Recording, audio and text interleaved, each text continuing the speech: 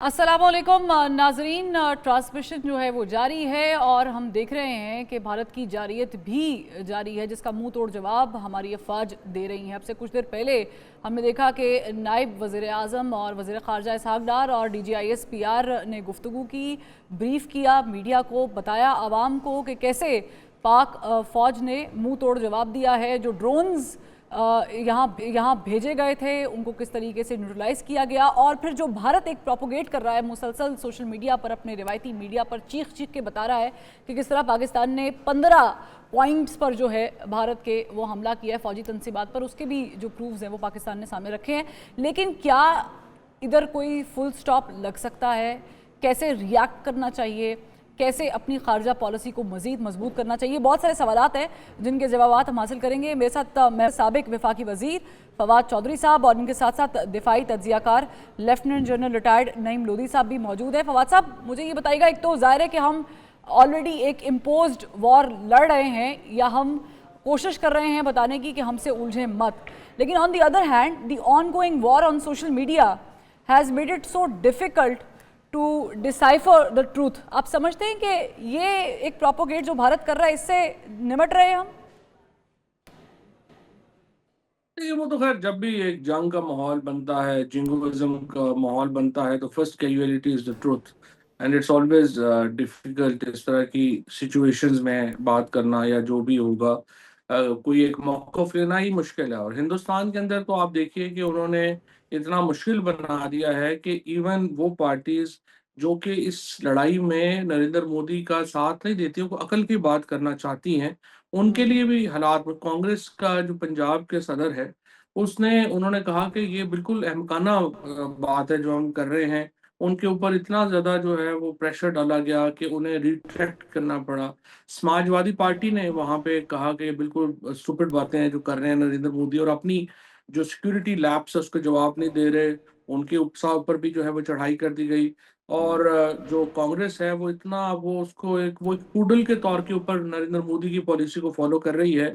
और शशि थरूर जैसे लोग जो लिबरल वॉइसेस हैं और बिल्कुल भी एग्री नहीं करते नरेंद्र मोदी की इस हिंदुआता एजेंडा से, उनको भी जो है वो मजबूर हो गए हैं कि वो खामोश रहें और खामखा की जो है वो तारीफें करते फिरे। So this is a crisis through India जिसके जो है वो गुजर रहा है। पाकिस्तान के अंदर तो खैर यूनिटी वगैरह का मेरा ख्याल है कि हुकूमत ने, एस्टेब्लिशमेंट ने ज़रूरत ही महसूस नहीं की है। सो यहाँ पर तो आपने देखा कि डिवीजन जो है वो तो बड़ी है। जो फैसला आ गया सुप्रीम कोर्ट का कल, जिसकी कोई ज़रूरत नहीं थी इस वक्त मौके के ऊपर। और इमरान खान के बगैर जितनी यूनिटी हो सकती है पाकिस्तान में, उतनी यूनिटी है। इसके बावजूद मैं समझता हूँ कि यहाँ पे जो हमें कोशिश करनी चाहिए थी एक जॉइंट स्टैंड लेने की, अपने जो इस वक्त अपने अपने इख्तलाफात हैं उनको कोई नीचा करने की, उसकी तो ज़रूरत ही महसूस नहीं की गई। और उसके नतीजे में पाकिस्तान की जो डिवीजन्स हैं वो तो खैर सबके सामने ही। ठीक है, नहीं आप कह रहे हैं कि वो जो पॉलिटिकल यकजहती इस वक्त तो होनी चाहिए थी, आपके मुताबिक वो मज़ीद मजबूत हो जाती अगर इमरान खान साहब के बारे में भी गवर्नमेंट सोचती। लेकिन ऑन दी अदर हैंड ज़ाहिर है कि ये जो पॉलिटिकल चीज़ें हैं, this is a part of our reason और सब कुछ है, लेकिन उसके बावजूद हम एक बहुत ही सोयर किस्म की चीज़ से गुजरे, एक सीरियस थ्रेट है इस वक्त। नहीं, लेकिन लेफ्टिनेंट बड़ा साहब। फर्क है ना फरबा, बड़ा फर्क है ना वहां पे। आप देखें, मैं जिससे बता रहा हूँ, मसलन कांग्रेस की और जो नरेंद्र मोदी की और जो राहुल गांधी हैं, उनकी भी आपस में जो इख्तलाफ हैं वो बड़े शदीद नौयत के हैं। यानी क्या नहीं कर लिया नरेंद्र मोदी ने राहुल के खिलाफ, उनको जेल तक डलवा दिया, उनको जो है कैद करवा दिया, और हम्म। वहां इतना रवाज नहीं था। इसके बावजूद यहाँ पर तो, और उसके बावजूद वो रोज मिल रहे हैं, इसके बावजूद उनको रोज कॉन्फिडेंस में लिया जाता है, बात होती है। यहाँ पे तो ऐसे है कि जैसे किसी को कोई जरूरत ही नहीं है, अवाम की हम्म। कोई हैसियत है नहीं है, क्या फायदा है, हम नहीं पूछते। तो इस ठीक। किस्म का एटीट्यूड तो नहीं ठीक। होना चाहिए ना। At least you should be caring कि पब्लिक ओपिनियन क्या है, लोग क्या बात कर रहे हैं, यूनिटी की जरूरत क्यों है। और कल का फैसला जो सुप्रीम कोर्ट का आया, फिर जो गिरफ्तारियां, हर वक्त एक ज़ाहिर ही है उस काम में भी फैसले नहीं की लगे आप कह रहते। रहे हैं कि भी ज़रूरत नहीं और थी, आई मस्ट से, और शायद टू सम एक्सटेंट ये कहा भी जा सकता है कि कुछ चीज़ें डिले की जा सकती थी या बाद के लिए रखी जा सकती थी। लेकिन जन साहब, ये जो डिफेंस की हम बात कर रहे हैं, ज़ाहिर है पाकिस्तान इस वक्त डिफेंस भी कर रहा है, बहुत सारे महाज पे हम लड़ाइयाँ भी लड़ रहे हैं। आप समझते हैं कि ये जो अभी पोजीशन है पाकिस्तान की, ये ठीक पोजीशन है, क्योंकि हमारी आवाम एक्चुअली जज्बात के अंदर ये बार बार कह रहे हैं मुख्तलिफ टीवी चैनल्स पर बैठ के लोग भी कि हमें और रिटेलिएट करना चाहिए, हमें स्ट्राइक बैक करना चाहिए वगैरह वगैरह। लेकिन बड़े कंपोज्ड ब्रीफिंग दी है दोनों हजरात ने, DGISPR ने भी और इसहाक डार साहब ने भी। ये मुतमईन कर सकी? जी देखें, जी इसमें तो देखें कोई दूसरी राय नहीं है कि हमें ऑफेंसिव रिएक्शन तो करना होगा। लेकिन साफ ज़ाहिर है कि पब्लिक ये ज़रा जल्दबाज होती है, जज्बाती होती है। तो जिस तरीके से वो बार-बार कह रहे हैं कि ये तो हो नहीं सकता कि इतने बड़े-बड़े काम अनपनिश्ड जाएँ। लेकिन ये ज़रूर आप देख लें कि जो हमारे दफ़ाई इक़दामात हैं, वही उनको इतना नुकसान पहुँचा रहे हैं कि वही उनके लिए नाक़ाबिले बर्दाश्त हैं। आपको पता है कि राफ़ेल जहाज़ पूरी दुनिया में आज तक नहीं गिराया गया और हमने 3 गिरा दिए। उसके बाद ये जो ड्रोन है, ये आपने बहुत कम सुना होगा कि जी कितने ड्रोन मारे गए, 10 का 15 का फ़िगर आ जाता है बहुत ज़्यादा जब यूक्रेन की जंग का ज़िक्र होता है। तो 25-26 ड्रोन एक ही दिन में गिरा देना, ये भी 29 ही एक कोटेड। आपकी शो करता है कि प्रोग्रेस और आपकी जो प्रोफेशनल एबिलिटी है। और इसमें से ज़्यादातर हमने सॉफ्ट हिट किया है। मतलब ये कि एक तो होता है ना कि हार्ड किल के आप मारते हैं, गोली से मारते हैं, मिसाइल से मारते हैं। एक होता है सॉफ्ट किल जिसके अंदर आप इस्तेमाल करते हैं जैमिंग और ऑल एडवांस टेक्निक्स। तो वी आर डूइंग दैट और ये भी हमें पता है कि वो ये काम क्यों कर रहे हैं। और बता भी दिया उन्होंने, वो मैप करना चाहते हैं कि हमारे कहाँ का ये डिफेंस का निज़ाम है, वो हमारे रडार्स की पोज़ीशन चेक करना चाहते हैं। तो हमें इस चीज़ का इल्म था इसलिए हमने उनको पोज़ीशन भी चेंज की और उस तरीके से उनको यूज़ भी नहीं किया। तो अभी तक अगर मिलिट्री पॉइंट ऑफ व्यू से देखा जाए और ये बल्कि बेहतर ये है कि कोई न्यूट्रल मिलिट्री एक्सपर्ट किसी और मुल्क का इस बात के ऊपर अपना तबसरा दे। सो फार पाकिस्तान का पलड़ा भारी है। इस लिहाज से ये ठीक है कि उन्होंने हमारे सिविलियंस को निशाना बनाया, उसका तो हमने कहा है कि हम उसका तो जवाब ज़रूर देंगे और उसका जवाब हम सिविलियंस को मार के शायद ना दें। हम उनके जो टारगेट बनते हैं लेजिटिमेट फौजी टारगेट, उन्हीं को मज़ीद टारगेट करेंगे। मैं सिर्फ अगर आप इजाज़त दें, मैं 4-5 ऐसी चीज़ें बता श्योर। दूँ जो सब बहुत पाकिस्तान के हक में है। ये तो चलो, ये तो कंट्रोवर्शियल हो सकता है जो मैं कह रहा हूँ कि मिलिटरीली हमारी पोज़ीशन बहुत अच्छी है। नंबर 1, जो कश्मीर है, ये अभी कोई ट्राइलैटरल मामला नहीं है सिर्फ कि कश्मीरी, पाकिस्तान और इंडिया। ये क्वाड्रिलैटरल मामला है। China is a big stakeholder in from the this. Eastern side, और यस। चाइना और पाकिस्तान के जो आजकल के ताल्लुकात हैं, वो सबके सामने आ गए हैं। एक एक फैक्टर, मैं इसकी तफसील में नहीं जाता। दूसरा फैक्टर, जब बीबीसी और सब ने ये पहलगाम के बारे में वहाँ पर इंटरव्यू वगैरह किए, तो जो लोगों का रिएक्शन था मकबूजा कश्मीर में, वो साफ ज़ाहिर करता था कि उनकी कोई हमदर्दियाँ नहीं है हिंदुस्तानी फ़ौज के साथ। तो अगर आज पाकिस्तानी फ़ौज पेशकदमी शुरू कर दे और ख़ासकर जब उन्होंने कहा है कि पानी रोकेंगे और हम उन इलाकों की तरफ पेशकदमी करें जहाँ से ये पानी आता है, तो आपका क्या ख़्याल है कि जो कश्मीरी हैं वो किसकी मदद करेंगे? लेकिन हम इस बात को यहाँ छोड़ देते हैं, मैं इसको आगे नहीं बढ़ाता। हमारी टेक्नोलॉजिकल जो एज है एयर फ़ोर्स का, और वो आपने देख लिया। बांग्लादेश में कुछ लोगों ने जो ऐलान किया आपने देख लिया। सिखों ने जो ऐलान किया वो आपने देख लिया। तो इससे अच्छा मौका पाकिस्तान को क्या मिलेगा अपने मामला सीधा करने का, जबकि ठीक। दुनिया अपने कामों में लगी हुई है। वो सोच रहे हैं यही सोचकर भारत ने हमला किया था ना कि जी हम ये करेंगे। ऑल आउट वॉर में तो उनको ये एडवांटेज है कि उनके उनके ज़्यादा हैं, जहाज़ ज़्यादा हैं, शिप ज़्यादा हैं, लोग ज़्यादा हैं। लेकिन ऑल आउट वॉर चूँकि न्यूक्लियर ओवरहैंग में हो नहीं सकती, तो लिमिटेड वॉर में तो मेरा ख़्याल है उनके जीतने के कोई चांसेस नहीं है। और मुझे लग रहा है कि आप देखेंगे कि शायद पाकिस्तान इस दफ़ा ये कज़िया ही ख़त्म कर दे, लेकिन मेरा ख्याल से हमें इंशाल्लाह। स्ट्रेटेजिक पॉइंट ऑफ व्यू से इसको डी एस्केलेट करने की भी ज़रूरत है। फवाद साहब, उड़ी हुआ, पुलवामा हुआ, फिर 2019 में आपकी ही गवर्नमेंट थी, आप मिनिस्टर भी थे, पठानकोट सारा फिर अभी को जज्बा खैर सगाली के तहत पाकिस्तान तहरीक इंसाफ की हुकूमत के दौर में ही भेजा गया वापस। Why now, why Pahalgam? देखिए, असल तो जो प्रॉब्लम है ना वो तो ये है कि कश्मीर एक एक एक एक डिस्प्यूटेड टेरिटरी है बिटवीन इंडिया एंड पाकिस्तान।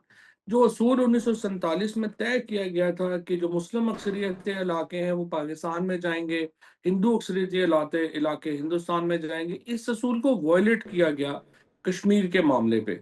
अब वहाँ पे एक ये जो डिस्प्यूट है, वहाँ के अवाम जो हैं वो हिंदुस्तान के साथ है नहीं। ये जबरदस्ती आप जब करते हैं, जब आप एक समझते हैं कि 2 साल 3 साल हम जबरदस्ती कर लेंगे, हम पैसे फेंक देंगे और उससे लोगों को हम ल्योर कर लेंगे अपनी तरफ, ये होता नहीं है। सो वहां पे अब अगर आप देखें ना, ये वीडियोस अगर आप देखें जो पहलगाम की हुई हैं, तो ये 2-3 फुटबॉल फील्ड के बराबर का एक ग्राउंड है, चारों तरफ थिक जंगल है, हाँ। 200 किलोमीटर दूर है एलओसी से। अब आप बताइए कि लोगों मुकामी आदमी के अलावा कैसे को बंदा बाहर से जाके ये कर सकता है। अब वहां पे जो ये वहां पे अफजल गुरु को शहीद किया, वानी को शहीद किया, उसके बाद कश्मीर की जो पॉपुलेशन है उसके अंदर रिजेंटमेंट है इंडियन रूल को लेके। वहां पे कोई ना कोई इंसिडेंट होता है। अब वो अमित शाह से कोई बंदा पूछ नहीं रहा कि तुम 4 लोग आए हैं 200 किलोमीटर दूर, उन्होंने वहां पे 26 लोग जो हैं उनको मार दिया है दिन दिहाड़े, और 4 लोग वो तो तुमसे गिरफ्तार नहीं हुए। पाकिस्तान के ऊपर तुम लोगों को बहुत गुस्सा है। तो चूंकि वहां पे वो हिंदुवाता का और एक आरएसएस इंस्पायर्ड आइडियोलॉजी के तहत एक्सट्रीमिस्ट एक ग्रुप, डिविजिव एग्जैक्टली। पॉलिटिक्स हो रही है, और नरेंद्र मोदी अपने और अमित शाह को बचाने के लिए सारा बोझ जो है वो पाकिस्तान के ऊपर डाल दिया है। अब यहाँ पे उनका ख्याल ये था, जो दो उनको झटके लगे हैं हमशो, एक तो वो समझते थे कि हम तो इस रीजन के इसराइल हैं, जो हम बात करेंगे सारी दुनिया वैसे ही मानेगी, किसने हमें क्वेश्चन आई करना है। Second that. वो जब उन्होंने 100 एम्बेसडर अपना साउथ ब्लॉक में जमा किया पूरी दुनिया का, और पहलगाम के ऊपर बात की, तो उन्होंने कहा जनाब सबूत कुछ बताइए पाकिस्तान की इन्वॉल्वमेंट का। तो वहां पे खामोशी छा गई। और फिर न्यूयॉर्क टाइम्स ने और डेली टेलीग्राफ ने, दोनों ने जो है वो इस बात के ऊपर पूरे मजमून लिखे कि किस तरह से इंडिया जो है वो ह्यूमिलिएट हुआ। फिर उसके बाद जब एस्केलेशन की बारी आई, तो भी उनका ख्याल था कि जेडी वैंस तो हिंदुस्तान के अंदर है, तो बैठे हाँ, हुए हैं, तो वो तो पाकिस्तान हमें तो लाइसेंस टू किल दे वो तो देंगे। हमारी शायद तो ईंट से ईंट अमेरिका ने बजा भी देंगे। जो है वो उनकी सपोर्ट, हम्म। अमेरिका ने भी सपोर्ट नहीं की। और अगर आप बल्कि इंटरेस्टिंगली, मैं तो जो स्टेटमेंट्स देखता हूँ चाइना की, अमेरिका की और रशिया की, उनमें लैंग्वेज में कोई बहुत फर्क है ही नहीं। वो सारे कह रहे हैं हिंदुस्तान को कि भाई इस तरह ना करें, डी एस्केलेट करें। और आप फिर पाकिस्तान ने बड़ा अच्छा किया, ये जो इन्वेस्टिगेशन, जॉइंट इन्वेस्टिगेशन ऑफर कर दी। अब जॉइंट इन्वेस्टिगेशन के बाद हिंदुस्तान के पास कोई इंटरनेशनल केस ही नहीं रहा कि वो उसके ऊपर जो है वो कैसे करता। अब तो इस वक्त तो जो सिचुएशन है, चूंकि उनकी एक मिलिट्री जो इस वक्त उसको वो अपने आप को डिविजिव पॉलिटिक्स में हिंदू इंतहा पसंदी में बेचना चाह रहे हैं, पाकिस्तान एंटी पाकिस्तान कार्ड, इसलिए वो इसको बढ़ाई जा रहे हैं। बट ठीक। I tend to agree with you actually कि इसको डी एस्केलेट करने की बहरहाल जरूरत है। देखो, एग्जैक्टली। 1 अरब 50 करोड़ की आबादी है। क्योंकि अगर क्योंकि देखिए, पाकिस्तान में नुकसान हिंदुस्तान का नुकसान वॉर कॉन्फ्लिक्ट होता में है या वो कहते जंग, हैं ना कि only the dead have seen the end of the war. तो मेरा ख्याल से इससे बहुत कुछ सीखने से, बहुत दुनिया ने बहुत लड़ाई करके देख ली। लेकिन फवाद साहब, एक और क्वेश्चन आपके लिए, वो ये कि ईरानी फॉरेन मिनिस्टर इंडिया पहुंचे हैं। डू यू थिंक कि इसमें किरदार अदा किया जा सकता है ईरान की तरफ? सो मार्को रूबियो, उन्होंने दोबारा कांटेक्ट किया है, पहले भी किया था, फिर जो स्टेटमेंट्स आपने जिक्र कर दिया ऑलरेडी। वेस्ट इसमें बढ़ चढ़ के किरदार अदा कर सकता है कि समझाया जाए कि बस बहुत हो गई है, वो वाले देखो बयान नहीं जो भी हम डिस्कस कर देखो रहे हैं। बढ़ बढ़ देखो बढ़ चढ़ के शायद अगर नहीं भी करेगा, तो इशू, मेरा ये पर्सनल ख्याल है कि इस वक्त सऊदी अरेबिया जो है वो उसको पूरी बैकिंग हासिल है अमेरिका की। और जो कल प्रिंस फरहान बिन फैसल की मुलाकात हुई है दिल्ली में जयशंकर के साथ, अब ईरानियन फॉरेन मिनिस्टर पहुंचे हैं, और सऊदी अरेबिया और ईरान मिल के कोशिश कर रहे हैं कि डी एस्केलेट हो। आई थिंक दोनों मुल्कों का पाकिस्तान से तो बड़ा करीबी ताल्लुक है ही है, लेकिन अब उन्होंने इनका इंडिया से भी अच्छा ताल्लुक है, स्पेशली जब से $100 बिलियन इन्वेस्ट करने का मोहम्मद बिन सलमान ने कहा है, तो जाहिर है कि वहाँ पे एक इन्फ्लुएंस है उनका। अब इसको एक फुल फ्लेज कॉन्फ्लिक्ट में मेरे ख्याल में अभी तक पाकिस्तान ने जो जो एक डिप्लोमेसी में हमारा जो फ्लॉ है वो ये जरूर है, जो मुझे लगता है कि आपको मुस्लिम जो मीडिया है उसको अप्रोच नहीं किया गया जिस तरह से करना चाहिए था। हमें ये चाहिए था कि अपने जो लोग हैं, अपने ये खालिद निमरोदी साहब हैं, डॉक्टर मुसद्दिक मलिक हैं हुकूमत के पास, मेरे ख्याल है बड़ा अंडरमाइन उनको किया गया है। इसी तरह से मुशाहिद सैयद साहब हैं, डॉक्टर बासत साहब हैं, ये जो लोग हैं इनको हमें मुस्लिम वर्ड इसको भेजना चाहिए था, ताकि जो वहाँ के मीडिया है, वहाँ के जो लोग हैं, उनको तो नहीं पता ना आरएसएस क्या है, हिंदू आइडियोलॉजी जो है वो हिंदू महासभा है क्या, नरेंद्र मोदी का जन्म कैसे हुआ, ये वो चीजें हैं जो कि मुस्लिम वर्ल्ड को, मुस्लिम मीडिया को पता होनी चाहिए थी। I think that we have not done. Bilawal Bhutto, I think one of the, इस वक्त अगर कोई बंदा बोल रहा है, बात कर रहा है, फाइनेस्ट, यस। वो बिलावल भुट्टो बात कर रहे हैं। सो ये लोग हैं जिनको इस्तेमाल करना चाहिए था, और जिनको जो है वो हमें इन दौरों के ऊपर मुस्लिम वर्ल्ड में भेजना चाहिए। और दूसरा, ये DGSPR और इसहाक डार साहब एक उर्दू में प्रेस कॉन्फ्रेंस करते हैं रोज। आई डोंट नो उन, हमने अभी तक जो है वो अपना इंटरनेशनल दुनिया के लिए क्या एंगेजमेंट की है, कैसे करते हैं। इसहाक डार तो वेस्ट की जुबान ना समझते हैं, ना उस तरह की वो बोल सकते हैं। ना ही मुस्लिम वर्ल्ड को उस तरह से अप्रोच किया गया है। This is the huge flaw in ठीक। पाकिस्तान डिप्लोमेसी। एक हमने जो इंटरनल पॉलिटिकल डिवीजन को बड़ा किया है, हाँ। और जो दूसरा हमने अपनी डिप्लोमेसी में मुस्लिम ब्लॉक को इग्नोर किया है। OIC की मीटिंग ही नहीं हुई। ठीक। आप देखें, इतना बड़ा पाकिस्तान दुनिया का दूसरा बड़ा इस्लामी मुल्क है, उस पर हमला हो गया, OIC की मीटिंग ही नहीं हुई। तो ये प्रॉब्लम जरूर हैं जो अभी सो तक मैं टू देख यू रहा कि ये एक फ्लॉ है। उस्मान शाहिद साहब, माहिर मूर हमारे साथ मौजूद हैं। ये जो फवाद चौधरी साहब डिस्कस कर रहे थे, और उन्होंने जिस तरीके से बताया है कि हमने इंगेज ही नहीं किया, OIC को इंगेज नहीं किया, मुस्लिम ब्लॉक को उस तरीके से इंगेज नहीं किया, मज़ीद कोशिश की जा सकती थी। कुछ नाम भी उन्होंने लिए हैं कि ये वो लोग हैं जिनको भेजा जा सकता है। आप अग्री करेंगे? मेरे ख्याल में मैं अपना थोड़ा सा इख्तलाफ करूँगा फवाद इसके ऊपर कि OIC ने 2 दिन पहले कैटेगोरिकली जो इंडिया के एलिगेशन है पहलगाम वाक़े में, उसे अनफाउंडेड करार दे के इंडिया को कॉल आउट किया है, जिसके ऊपर इंडियन मिनिस्ट्री ने जो है वो इंतहाई शदीद एहतजाज किया है। तो मेरे ख्याल में पाकिस्तान का केस जो है वो OIC के अंदर तो एम्पलीफाई कर रहा है पाकिस्तान के स्टांस को है। बाकी दूसरी तरफ जितने पाकिस्तान के डिप्लोमेटिक केडर है, मैंने ट्रांसमिशन में भी अभी कहा कि वो भरपूर तरीके से पाकिस्तान के केस को शोकेस कर रहे हैं, चाहे वो रशिया के एम्बेसडर हों, चाहे वो अमेरिका के अंदर हमारे अपना एम्बेसडर हैं, चाहे वो हमारा डिप्लोमेटिक मिशन जो डिप्लॉय है इस वक्त यूनाइटेड नेशन में, वो भी पूरे तरीके से एग्जॉस्ट कर रहा है उस पॉसिबिलिटी को जो कि पाकिस्तान को वहाँ पे नॉन परमानेंट मेंबर के तौर पे सिक्योरिटी काउंसिल में 2 साल के लिए मिली है। तो मेरे ख्याल में पाकिस्तानी जो कैरियर डिप्लोमेट्स है वो पाकिस्तान के है उसको बड़े अच्छे तरीके से अंडरलाइन कर रहे हैं इंटरनेशनल वर्ल्ड के अंदर है। बाकी रह गया अपना इंडिया जो सऊदी अरेबिया का मामला है, और दूसरा अपना क्या कहते हैं मिडल ईस्ट गल्फ़ के अंदर, तो वो खुद बड़े हद तक इस वक्त उन मामलात के अंदर एंगेज हैं और बुरे तरीके से नाकाम नज़र आते हैं। लेकिन सऊदी अरेबिया के साथ जिस तरह मार्को रूबियो ने बात की और उन्होंने टच डाउन किया, इस तरह से ईरान जो है वो अपना माइलेज ले चुका है इस हवाले से, पाकिस्तान का भी उन्होंने विज़िट किया। तो मेरे ख्याल में मुस्लिम वर्ल्ड जो है वो किसी हद तक अपना काम जो है बड़े बेहतर तरीके से कर रही है। इसमें पाकिस्तान को ब्लेम मेरा ख्याल में नहीं करना चाहिए, लेकिन हाँ इससे बेहतर अपना स्टांस हो सकता है पाकिस्तान के फॉरेन ऑफिस का। लेकिन गिवन सर्कमस्टांसिस के अंदर पाकिस्तान का डिप्लोमेटिक माइलेज बहुत कम है।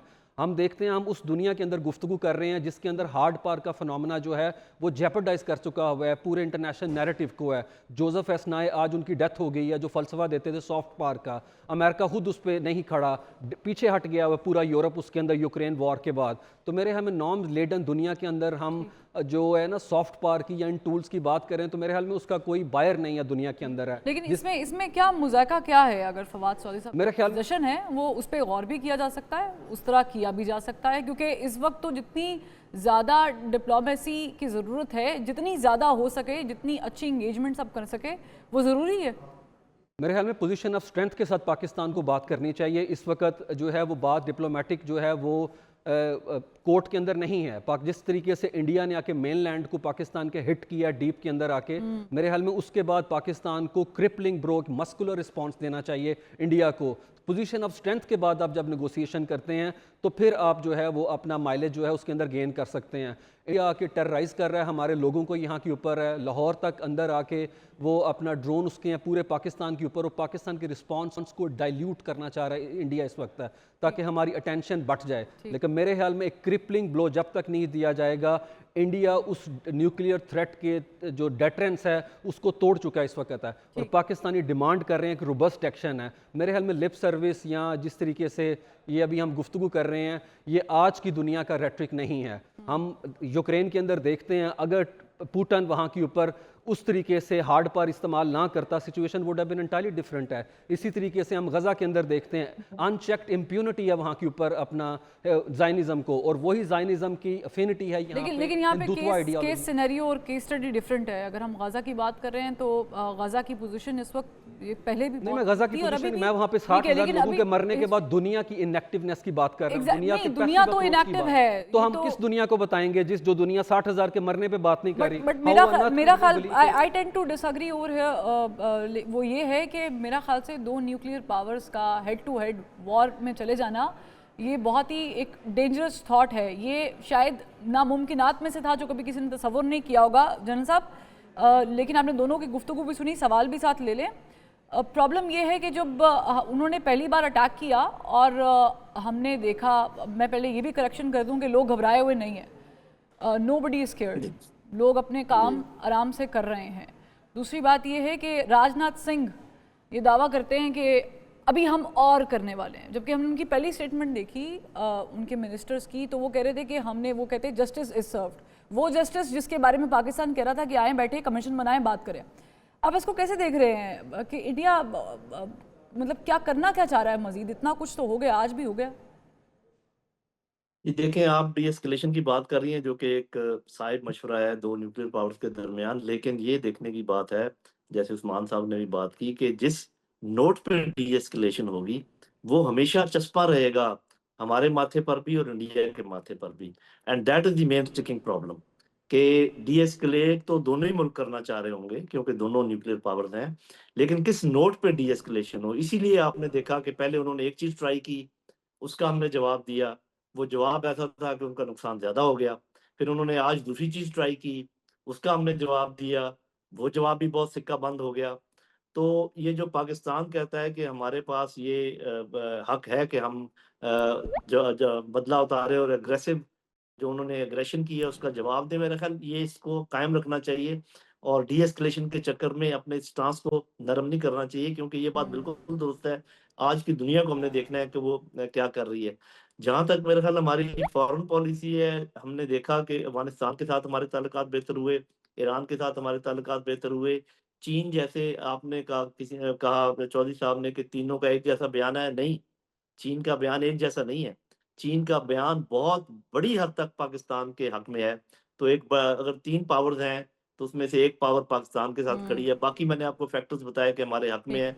तो मेरा नहीं ख्याल कि हमें इसको इस नोट पे डी एस्केलेट करना चाहिए कि वो जो कुछ वो कर गए उसको हम पी जाएं और डी एस्केलेशन। हाँ, अगर 2 बातें हो जाएं कि वो ये बात मान जाएं इंटरनेशनल किसी लेवल के ऊपर कि हम कश्मीर पे बातचीत करते हैं, इसको आगे बढ़ाते हैं, और दूसरी बड़ी इंपॉर्टेंट बात मान जाए कि वो जो इनडायरेक्ट हमें पहुंचा रहे हैं नुकसान बलूचिस्तान में और केपीके में थ्रू टीपीपी और ये जो है अपने आईएसआई के और दाइश और बीएलए वगैरह, इसको बंद कर दें, तो फिर ठीक है, फिर हम कह सकते हैं कि यहीं पे बात खत्म हो सकती है, because that note would be acceptable. लेकिन अब जो कुछ हुआ है अभी तक, जी इस नोट पे अगर बंद हो जाए तो जी जी ये मेरा ख्याल है।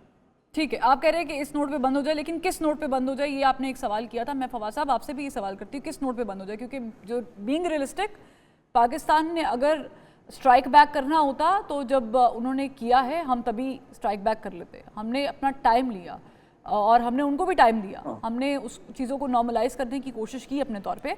एक तो ये बात। दूसरी बात ये कि एक जनरल साहब ने लाइन इस्तेमाल की कि हम कश्मीर के इशू को रिजॉल्व करने की तरफ आए।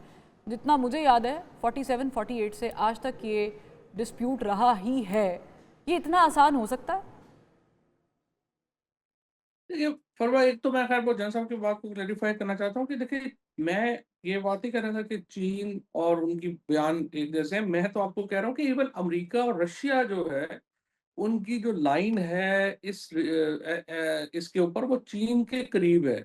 और उन्होंने कहा, इंडिया को कहा है कि आप डी एस्केलेट करें, और ये एग्जैक्टली यू बिल्कुल सेड दैट। अमकाना बात होगी कि आप उसमें जाएं। एक्चुअली अमेरिका ने और किसी हद तक रशिया ने भी पाकिस्तान की जो पोजीशन है उसको इंडोर्स ही किया है अपनी स्टेटमेंट्स में। तो इंडिया जो एक्सपेक्ट कर रहा था कि हमें कोई लाइसेंस टू किल ही मिल जाएगा अमेरिका की तरफ से स्पेशली, वो तो नहीं हुआ। तो इसलिए जो आई थिंक ये उन चंद रेयर इश्यूज में है इंडिया पाकिस्तान कॉन्फ्लिक्ट जिस पे अमेरिका और चीन आपस में को बहुत, उनकी ओपिनियन एक दूसरे से बहुत मुख्तलिफ नहीं है। दोनों जो हैं वो चाहते हैं कि इंडिया जो है वो अपना वापस जाए और इस तरह से अग्रेशन जो इंडिया जो कर रहा है इंडिया वो ना करे। सो पहली बात तो ये। दूसरी बात ये है कि उस्मान साहब के नज़दीक जो हमारे एम्बेसडर्स हैं उनका रोल काफ़ी होगा। ऑब्वियसली मैं इससे एग्री नहीं करता। ओआईसी ने तो फॉरेन मिनिस्टर्स की मीटिंग तक नहीं की है, तो ये एक स्टेटमेंट जो है उनका आ जाना तो वो काफ़ी नहीं है ना। आपने जो अगर इम्पैक्ट डालना है तो ये तो एक इमरजेंसी मीटिंग होनी चाहिए थी फॉरेन मिनिस्टर्स की, और जिसमें ओआईसी की तरफ से एक अनइक्विवोकल कंडेमिनेशन आनी चाहिए थी, और हम वो मीटिंग कॉल कर सकते थे। मुझे नहीं पता कि हमने वो मीटिंग क्यों कॉल नहीं की है। तीसरी बात यह है जो सबसे इम्पोर्टेंट है जो भी आप कर रही हैं, देखिए एस्केलेशन करना तो पाकिस्तान में तो सच्ची बात यह है कि लोगों की तो यही ख्वाहिश है कि पाकिस्तान जाए और हिंदुस्तान में लाल किले के ऊपर जो है वो झंडा लहरा दे। लेकिन देखिए ना, ये बात कहने की और है, करने की और है। ये करने में भी जो है वो आपकी हज़ारों नहीं लाखों जानें जाएँगी, और दोनों तरफ से जाएँगी। जो सेकंड वर्ल्ड वॉर के बाद मैं समझता हूँ कि जो लिथैलिटी है वेपन्स की, एग्जैक्टली। जो वेपन नुकसान कर सकते हैं, वो जिस तरह के अब इंडिया पाकिस्तान के पास है, वैसा वेपन तो कभी किसी जंग में यूज़ ही नहीं हुआ। वन हाँ साइडेड यूज़ हुए हैं। मसलन अमेरिका ने अगर लिबिया पे कर दिया या अफगानिस्तान पे कर दिया, या यूएसएसआर ने हाँ। जो किया है यूक्रेन के ऊपर, बड़ा प्रिमिटिव सा जो है वो उनका वहाँ पे वेपनरी है। यूक्रेन के पास तो कुछ भी नहीं था और फासला भी बहुत ज्यादा थे। हम्म। यहाँ पे तो जो बड़े शहर हैं, आप देखिए ना, लाहौर और दिल्ली आपस में सिर्फ 400 किलोमीटर के ऊपर है। 409 इसी तरह से किलोमीटर एग्जैक्टली। दरमियान के जो शहर हैं, फिर जो पाकिस्तानी मिसाइल है, ये हर बड़े शहर को हिट कर सकता है। So is the Indian missile, वो भी हाँ। हर बड़े शहर को हिट और कर और सकता और है। ये तो यही काम यहाँ तो हम भी लाखों यही काम लोग हम भी जो कर है। सकते हैं, बट इसमें सेनेटी की बात ये है फवाद साहब, आई अग्री विद यू, और वो ये है कि हमने शायद ये सोच कर भी नहीं किया, और हमारी पहले से ब्रीफिंग पहले दिन से यही है कि हम निहत्तों को निशाना नहीं बनाएंगे। अगर आपने हमारे निहत्तों को निशाना बनाया है, जो शहीद हुए हैं, बच्चे हैं, औरतें हैं, हमने मैन टू मैन फाइट किया है, हमने आपकी जो आर्मी है उसको फेस किया है, लेकिन हमने आपके शहरियों को निशाना नहीं बनाया, ना हम बनाने का इरादा रखते हैं। आई थिंक ये एक इनफ ह्यूमैनिटी का स्टेटमेंट है जो दिया गया है। एक ब्रेक लेते हैं, फिर वापस आते हैं। फवाद साहब, बहुत शुक्रिया for joining us. Welcome back. नाजरीन, हमारे साथ मेहमान जो हैं वो मौजूद हैं। उस्मान साहब, हम देखते हैं कि 2014 से वक्तन फ़वक्तन वाक़यात होते रहे हैं भारत में, और किसी ने आज तक ये नहीं पूछा कि ये जो सिक्योरिटी लैब्स है या इंटेलिजेंस लैब्स है, इसका जवाबदेह कौन होगा। भारतीय गवर्नमेंट इससे भागती है, हमने देखा है मुख्तलिफ टाइम पर भागती रही है। बल्कि ये भी देखा है कि जब अभिनंदन वापस भारत गए तो उन्हें वीर चक्रा दिया गया। ये पता नहीं शायद क्यों दिया गया, बच के निकल आए या हमने छोड़ दिया इसलिए दिया गया ये जो। लेकिन अभी करंट सिचुएशन है, ये नज़र नहीं आ रहा है उस ब्लॉक को जिसकी पुष्टपनाही भारत को हासिल है, कि हम एक रेत का घर बनाने की कोशिश कर रहे हैं, महल बनाने की कोशिश कर रहे हैं, और ये कभी भी ढह जाएगा। जी, मेरे ख्याल में आज अपना बैटल ग्राउंड के अंदर तो इंडिया जो है 2 दिन के अंदर बुरे तरीके से वही अपना उसको सबक मिला है जो उसे 2019 के बालाकोट स्ट्राइक के बाद मिला था।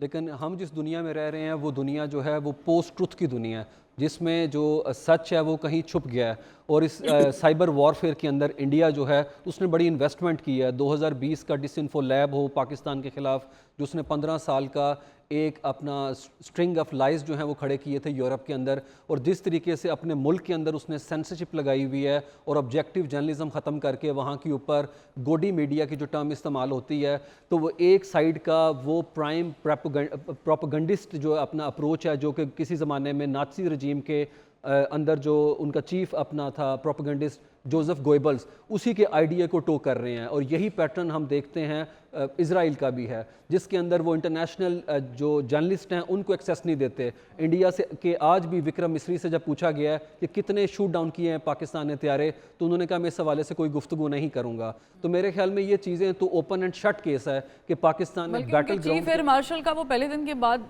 आपने बयान भी देखा ही होगा कि वो समहाउ उन्होंने एक्सेप्ट कर लिया कि हमारा फेलियर है। जी डेफिनेटली, बिल्कुल है। और हिंदू जो है उसने अपना ट्विटर हैंडल से वो अपना ट्वीट भी हटा दिया था। तो मेरे ख्याल में एक और चीज़ यहाँ पे it is very pertinent to mention कि चेंगडू एयरक्राफ्ट कॉरपोरेशन, जो कि चाइना का मिलिट्री इंडस्ट्रियल कम्प्लेक्स के अंदर एक बड़ा एंटरप्राइज है, जो JF-17 थंडर और साथ में उसने J-10C बनाता है, जो पाकिस्तान ने इस्तेमाल किए ये 2 दिन पहले इंडिया के खिलाफ है।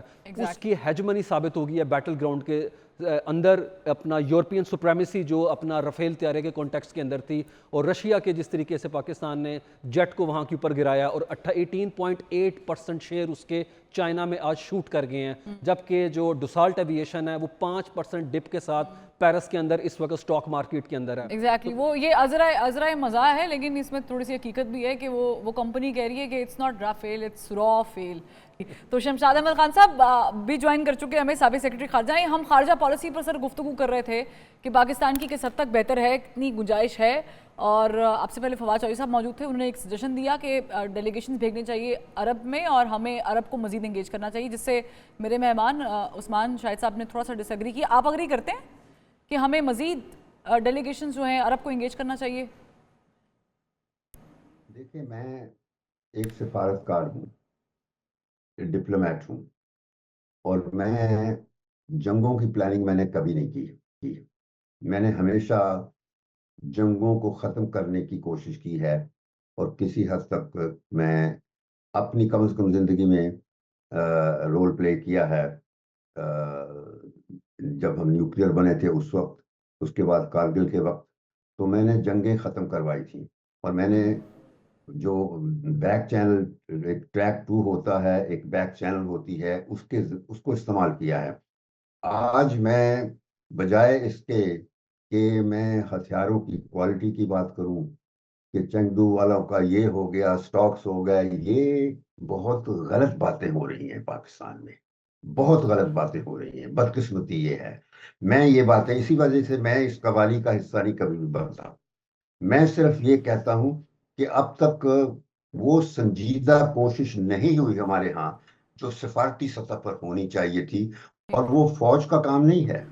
फौज हमारी बहुत बहुत अच्छी है, हमारी फौज बड़ी तजर्बाकार है, हर चैलेंज का सामना करती है, और यही है, फौज की वजह से ये मुल्क कायम है। ठीक, लेकिन ठीक। बदकिस्मती है कि लेकिन हमने हमारे बहुत कुछ किया है, सियासतदान, हमने बहुत फिर कुछ आप, किया है सर। मैं थोड़ा सा जब मैं सियासतदानों की बात करता हूँ तो आप काट देती हैं मुझे। नहीं सर, आप मेरे कहने सियासतदानों की दीजिए बात करें कि प्लीज। जब मैं बात ये कह रहा हूं कि जिम्मेदारी सियासतदानों की होती है। ये जो डायलॉग की बात आती है, जब अपने काउंटर पार्ट से कोई कॉन्टेक्ट की बात आती है, तो वहां सियासतदान होते हैं। हमारे सियासतदान बदकिस्मती से जो हैं, जिस किस्म के हैं इस हुकूमत में, मैं तो शर्म आती है कि जिस किस्म की वो बातें टेलीविजन पे बातें कर रहे हैं। तो मैं इस सारी कव्वाली का मैं हिस्सा नहीं बन सकता। मैं बात करूंगा कि अब तक कोई सीरियस एफर्ट नहीं हुई। अब मैं दूसरी तरफ एक बात जरूर करूंगा कि मोदी जो है ये बराबर फायदा उठा रहा है, यानी एडवांटेज ले रहा है हमारी कमजोरियों से। कमजोरी फौजी नहीं, हमारे सियासतदानों की कमजोरियों से। ठीक है, आप कह रहे हैं हमारी डिफेंस की कमजोरी ताल्लुकात, नहीं है, हमारी सियासत की कमजोरी है।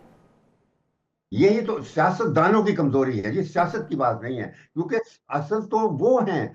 अब ये बताइए कि वो मोदी जो था, उसने सब, अब मैं जरा आपको बताना चाहता हूं कि वो 2014 में आया है बिल्कुल। इक़्तिदार में, और पहला काम उसने ये किया था कि साउथ एशिया के जो सार्क लीडर से, उनको इनवाइट किया था, उनको अपनी रस्म ताजपोशी पर, सबको याद है। यानी ओथ टेकिंग हो रही थी दिल्ली में, तो उसने बुलाया। तो मैंने नवाज शरीफ को मैसेज भेजा था कि खुदा के लिए डोंट गो देयर, क्योंकि उस तुम्हें लाइन में खड़ा करना है 7 लीडरों को, और वो 7 लीडर हाथ में लाएंगे तो उसकी बढ़तरी रीजन की हो जाएगी, और वो हमारे लिए बहुत बड़ा एक डिबेकल होगा, ये मैंने कहा था। लेकिन वो चला गया नवाज शरीफ, और हुआ यही कि उसके बाद से 14 के बाद पहला काम, after taking oath he went to Dhaka. Hasina Wajid जो थी, उसको कहा कि देखो पाक इंडिया ने तुम्हें आजादी दे थी, और अभी देखो मैं पाकिस्तान के साथ क्या करता हूँ। ये पब्लिक में नहीं कहा था उसने, मैं नहीं, देखो मैं अफसाने नहीं कह रहा सर। लेकिन यहाँ पे हम इसको जितना डिबेट में लेके जाएंगे कि माजी में क्या हुआ, वो डिबेट तो खुलती जाएगी। मगर मैं आपसे आपकी प्रेजेंस से फायदा उठाते हुए एक सवाल कर लेती हूँ। आप बता दें, सजेस्ट कर दें कि कैसे, किसको इंगेज करना चाहिए पाकिस्तान को। मैं बता रहा हूँ कि बतवातर जो मोदी है, वो यके बाद दीगरे, ये पहलगाम, पुलवामा, पठानकोट, उरी, ये चीजें करता आया है, और मकसद उसका पाकिस्तान को टेररिस्ट स्टेट बनाने का है। ठीक है जी, हम्म, ये उसका एम है।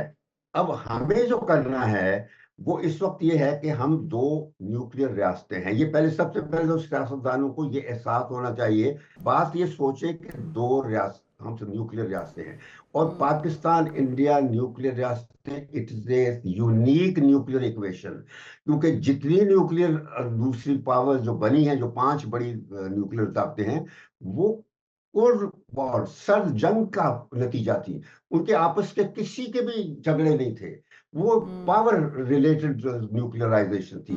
हमारी ये दो मुल्क जो हैं, ये वाहद ठीक। वो न्यूक्लियर ताकत मुल्क हैं जो बाकायदा हॉट डिस्प्यूट्स, लाइव डिस्प्यूट्स की वजह से न्यूक्लियर बने थे।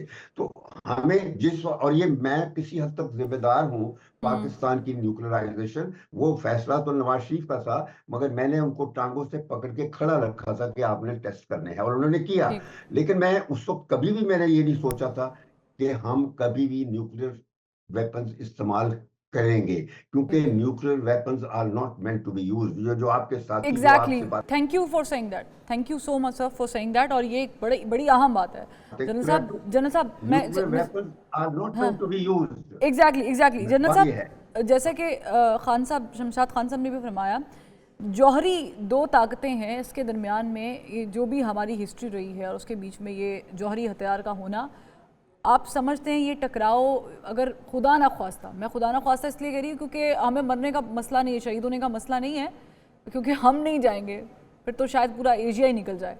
तो इसके टकराव को हम डिप्लोमेसी से, डायलॉग से इंगेज करके किसी हद तक कम कर सकते हैं, तो क्या सजेस्ट करेंगे?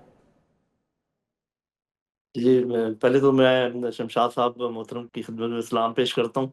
देखिए, बात ये है कि इसमें तो कोई शक नहीं कि दो न्यूक्लियर ताकतों की open and all out war, तो इसका कोई इम्कान नहीं है जब तक कि दोनों तरफ से कोई एक तरफ बहुत ही बेवकूफ़ाना इक़दाम ना उठा ले। तो मेरा ख़्याल है कि इतनी, ये जो आपने देखा ना कि जो मोदी ने कहा कि जी मैंने ये रिस्पॉन्सिबिलिटी दे दी है अपनी फोर्सेस को कि वो जो चाहें करें, तो इसका ये मतलब था उसने वो जो पॉलिटिकल रिटोरिक से प्रोफेशनल्स के हाथ में वो काम दे दिया।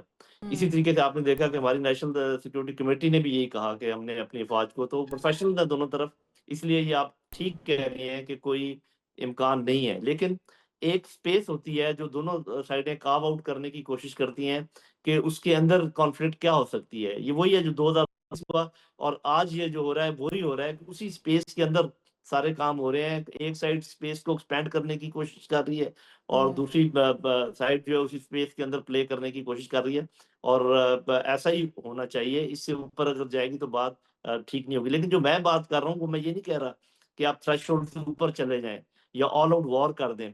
आपने सही कहा कि 70 साल से एक मसला हल नहीं हुआ, लेकिन ये तो कोई लॉजिक नहीं है कि एक मसला अगर 70 साल से हल नहीं हुआ तो अगले 70 साल तक भी हल नहीं हो सकता। आपने देखा कि कोई बहुत ही रैगटैग किस्म के लोग जैसे अफ़गान हैं, उन्होंने बेहतरीन अफ़वाज के खिलाफ अपनी आज़ादी हासिल की अफ़गानिस्तान में। 20 साल वो बहुत से जंग मुल्क चली। हैं जैसे क्यूबा है, कब से वो कर रहा है उनका मुकाबला। तो मेरा अपना ख़्याल, मैं ये कहना चाह रहा हूँ कि जो भी हमारा डी-एस्केलेशन साफ ज़ाहिर है कि पूरे इलाके के 1.5 अरब लोगों के हक में है और डी-एस्केलेशन होनी चाहिए। लेकिन ऐसी डी-एस्केलेशन जिसमें इम्प्रेशन ये हो कि उन्होंने अपनी मर्ज़ी से वार करके हमारे लोगों को मारा, हमने सिर्फ़ दफ़ाई कदम उठाया और उनके वार का जवाब नहीं दिया। तो ये शायद मेरा ख़्याल है कि इस पॉइंट पे डी-एस्केलेशन नहीं हो सकती जब तक कि वो जो मैंने कहा था, वो बात करने पे रज़ामंद ना हों ऑन कश्मीर, और ये जो बंद ना करें, ये जो हमारा खून बहा रहे हैं ठीक। बलूचिस्तान में और इसमें, ताकि कोई अचीवमेंट तो हो ना। इतना आपने रिस्क लिया, इतने आप करीब चले गए न्यूक्लियर एस्केलेशन के, और उसके बाद आप कहें कि चलें जी बस मिलिट्री पाओ और आगे चलो। मेरा ख़्याल ऐसे नहीं होगा। येस, ये I agree, diplomacy has to play a very major role. और आप अगर ये पूछें कि क्या करना चाहिए था, मेरे ख़्याल में बहुत हाई लेवल हमारी डिप्लोमैटिक एक्टिविटी होनी चाहिए थी विद चाइना, विद ठीक है। अफ़गानिस्तान, विद बांग्लादेश, और और भी जो जो मुल्क, तुर्की आपको पता है कैसे आपके साथ खड़ा हुआ है, और करेक्ट, ये जो एग्जैक्टली। मिडल ईस्ट के ममालिक हैं, और बाकी तो ऑफ कोर्स उनके साथ तो हम हैं ही, जो हमारे बड़े मुल्क हैं जैसे अमेरिका है। तो इसमें मैं एक बात ज़रूर कह दूँ कि वो जिसको कहते हैं ना कि बाज़ औक़ात कुब्बे को लत पड़ती है तो उसका कुब सीधा हो जाता है। तो मेरा ख़्याल है कि हमारी फ़ॉरेन पॉलिसी का कुब जो है वो सीधा हो गया है इस इवेंट के बाद। ये जो ठीक। मखमसे के आलम में थे ना कि ये पता नहीं हमने ये करना है या वो करना है, तो मेरा ख़्याल है now it is very clear कि कौन है हमारा दोस्त, कौन है एग्जैक्टली। जो वक़्त पर काम आया है और कौन है जो हमें धुले हुए कपड़े की तरह फेंक देता है, कौन है जिसका इन्फ्लुएंस है हमारे इर्द-गिर्द के मुल्कों में, कौन है जो हमारे दुश्मन का दुश्मन है। तो क्या इन सारे फैक्टर्स के बाद क्या ये बहुत मुश्किल काम है पता लगाना एग्जैक्टली। कि और हमारी चीज़ों डायरेक्शन चीज़ों क्या को होनी जब चाहिए? तो मेरा ऐसा ख़्याल है नहीं वो अभी है। दूसरा जी दूसरा जी। एक बात और कह दूँ, दूसरा अच्छा काम ये हुआ है कि जो हमारी कौम अपने फ़ौज के साथ बिल्कुल खड़ी हो गई है। चौधरी साहब ने कोई बात की थी वो तो आप चले गए।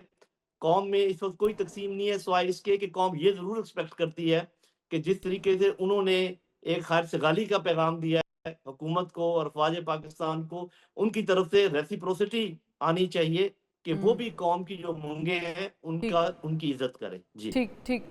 यू राइट उस्मान साहब। हम लोगों ने जो किया है वो दुनिया के सामने है, और नुकसान भी हम अमरीकी अखबार खोल के देख लें, अगर हमारे टेलीविज़न या अखबारात पे भारत को यकीन नहीं है, कोई भी दुनिया का अखबार खोल के देख लें इंटरनेशनली, उनको पता चल जाएगा कि उनके साथ हुआ क्या है।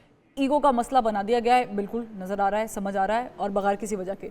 बट चूँकि चाइना का जिक्र हुआ है, चाइना ज़ाहिर है कि दावेदार है, और हमने देखा कि जब कश्मीर टनल वाला इशू हुआ तो फिर चाइना ने जो एक हार्ड स्टांस लिया था उस पर फिर भारत को सुबकी का सामना करना पड़ा। अब चूँकि चाइना के हम बहुत क्लोज़ हैं, चाइना हमारे बहुत क्लोज़ है, जो उसका स्टांस है वो भी हमारे सामने डी एस्केलेट करने में आप समझते हैं कि China can play a role? जी डेफिनेटली चाइना चाहेगा कि इसकी डी एस्केलेशन हो, लेकिन फिर जैसे मैंने कहा कि पोजीशन ऑफ स्ट्रेंथ जो है उससे अगर अपना क्या कहते हैं मामला पाकिस्तान आगे लेके जाएगा तो ही मेरे ख्याल में पाकिस्तान इसका बेनिफिशियरी होगा। चाइना की बात की हमने, चाइना जिस तरीके से चाइना के हमने फाइटर जेट्स जो हैं वो इसके अंदर इस्तेमाल किए, और जिस तरीके से चाइना सिक्योरिटी कौंसिल के अंदर पाकिस्तान को बैक करता है, और वहाँ के अंदर जो फॉरेन मिनिस्ट्री है जिस तरीके से रोबस्ट तरीके से पाकिस्तान को डिफेंड कर रही है, और इंडिया का ये जो अपना प्रोवोकेशन है उसको जिस तरीके से रेप्रीमांड कर रहा है, तो मेरे ख्याल में नो डाउट चाइना बड़ा रोल प्ले कर सकता है। लेकिन इंडिया उस तरीके से उस mileage take one more point, China कर सकता है, लेकिन इजराइल और फिर अमेरिका एक्सेप्ट करेगा? ये भी एक बड़ा मसला है। नहीं, मेरे ख्याल में इंडिया जो है वो इस वक्त डी एस्केलेशन के मूड के अंदर है, क्योंकि जिस तरह विक्रम मिस्री कह रहे हैं कि पाकिस्तान ने हमने बड़े प्रिसीजन स्ट्राइक किए और हमने आम लोगों को निशाना नहीं बनाया। राजनाथ सिंह भी यही रेटरिक इस वक्त इंडियन मीडिया में चल रहा है, और साथ में इंडियन मीडिया क्लेम कर रहा है, और पाकिस्तान के इसहाक डार साहब ने इंडोर्स किया है कि कौमी सलामती के मुशीरों के दफातर के दरमियान रब्ता हुआ है। इसका मतलब है जो DGISI हैं हमारे नेशनल सिक्योरिटी एडवाइज़र, उनके ऑफिस का अजीत डोवाल के ऑफिस के साथ जो है वो अपना ताल्लुक अपना रब्ता हुआ है, और साथ ही हॉटलाइन के ऊपर भी रब्ता है। तो मेरे ख्याल में सिचुएशन होपफुली डिफ्यूज़ अपना क्या कहते हैं हो जाएगी। लेकिन जैसे मैंने कहा कि पाकिस्तान इस तरीके से कि उसके लोगों को टेरराइज़ किया जाए और इंडिया एक नैरेटिव शेप कर दे कि जब दिल चाहेगा वो पाकिस्तान को चपत लगा देगा, और it has always been the pattern since 2016। तो मेरे ख्याल में ये जो हिंदुत्व सुप्रेमेसी का आइडिया है जिसके अंदर वो एक ख़ास फैंटम के अंदर ज़िंदा हैं और अपना एक डिल्यूजन है, उसको मेरे ख्याल में पाकिस्तान को जो है न्यूट्रलाइज़ करना बहुत ज़रूरी है। और मैं इस वक्त बेहतर बता सकते हैं क्या कहते हैं हमारे सफ़ीर सीजनड हमारे डिप्लोमेट हैं कि जब इंडिया ने धमाके किए थे तो सर जो हैं उस वक्त उस नवाज शरीफ की गवर्नमेंट जो है उसको सर ने मशवरा दिया था कि एश्योरेंस अगर अपना मैं ले आऊँ वहाँ से सऊदी अरेबिया से और चाइना से तो फिर आप कर दें। तो मेरे ख्याल में वहाँ पे भी हमने किसी सूरत में डाइल्यूट नहीं किया अपने स्टांस को, पोजीशन ऑफ स्ट्रेंथ से मामला आगे लेके बढ़े। तो इस वक्त भी पाकिस्तान की फ़ौज अगर इंडिया उनके ऊपर रिलाई कर सकता है अपनी आर्मी पे जो इंतहाई अनप्रोफेशनल है, तो पाकिस्तान एक प्रोफेशनल फोर्स है जो डेफिनेटली बड़ी कैलकुलेटेड स्ट्राइक करेगी मेरे ख्याल में। लेकिन पाकिस्तान के लिए मस्ट है एक ऐसी दुनिया के अंदर जहाँ के ऊपर रियलिज्म की दुनिया है। पाकिस्तान किसी सूरत के अंदर जो है इस चीज़ के ऊपर रुक नहीं सकता, और अगर ऐसा होता तो ये पार्लेंस जो है पाकिस्तान का DGISPR पिछले 2 दिन से कह रहे होते। लेकिन जैसे हमने कहा कि हम बिफिटिंग मैनर के अंदर अपनी लोकेशन और अपनी जगह का खुद जो है वो अपना क्या कहते हैं डिसीजन लेंगे, तो मेरे ख्याल में definitely it is yet to be seen की सिचुएशन जो है बड़ी फ्लूइड है किस तरफ जाती है। लेकिन पाकिस्तानी अवाम डेफिनेटली चाहती है कि जिस तरीके से सिविलियन आबादी और हमारी मसाजिद को टारगेट किया गया है, एक रोबस्ट किस्म का मैसेज आना चाहिए उस हिंदुत्वा मेंटालिटी को जो पाकिस्तान को वाइसराय की तरह ट्रीट करना चाहता है। ठीक, लेकिन आपने एक लफ्ज़ इस्तेमाल किया, इंडियन प्रोफेशनल फोर्स है। मैं थोड़ा सा डिसएग्री करूंगी। प्रोफेशनल होते तो कभी भी नहीं, मैंने कहा इंडिया बिल्कुल इंडियन अनप्रोफेशनल, हाँ बिल्कुल ठीक है, देन आई एग्री।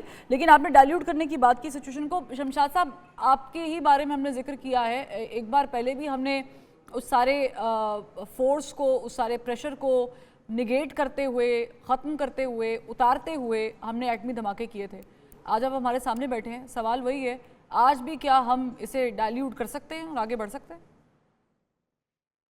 देखिए, अब छोड़ दीजिए हिस्ट्री में ना ही वक्त ज़ाया करें, क्योंकि चीज़ें लोगों को पता होता नहीं और वो उसके बारे में बड़े बयान कर देते हैं। अभी एक न्यूक्लियर टेस्टों के बारे में कहा गया है कि वो नवाज शरीफ सऊदी अरब से कमिटमेंट लेके आए थे। ये मैं तो हर चीज, छोटी छोटी चीज से वाकिफ हूँ। I am so closely associated with the neutralisation of Pakistan in May 1998। तो सारी कहानी मुझे पता है, तो मैं उस तफसील में नहीं जाना चाहता और ना ही जरूरी है इस मौजूदा सिचुएशन में।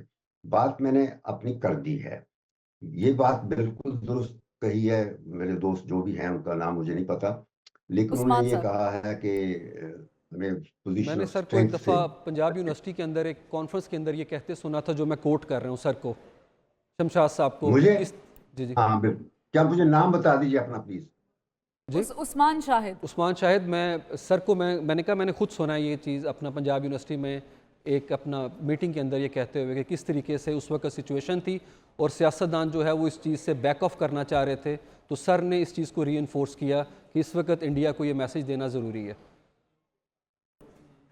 ये तो ठीक है ना, वो तो बात, ये मतलब में आप अब की बात कर रहे हैं। इस क्राइसिस में तो मैंने ये बात नहीं की। नहीं, लेकिन हम उसे रिलेट करना इस चाह रहे हैं क्राइसिस सर, में जो तो अभी सिचुएशन है हम उसे रिलेट इस तरह करना चाह रहे हैं कि अभी भी ज़ाहिर प्रेशर तो है ना। वो एक बात जो मतलब जनरल मुझे साहब, कोर्ट कह रहे, मैंने कभी किया होगा किसी सिचुएशन में, और मैं तो बहुत बड़ा हामी हूँ इस बात का। ये जो पोजीशन ऑफ स्ट्रेंथ है, मैं यही तो बात मैंने शुरू यहीं से की थी कि हमने अपनी पोजीशन ऑफ स्ट्रेंथ उसी दिन गंवा दी थी जब मोदी की रस्म ताजपोशी पे नवाज शरीफ दिल्ली चला गया था। उस वक्त से अब तक बराबर we are in a position of weakness, क्योंकि और मोदी उसका फायदा उठा रहा है।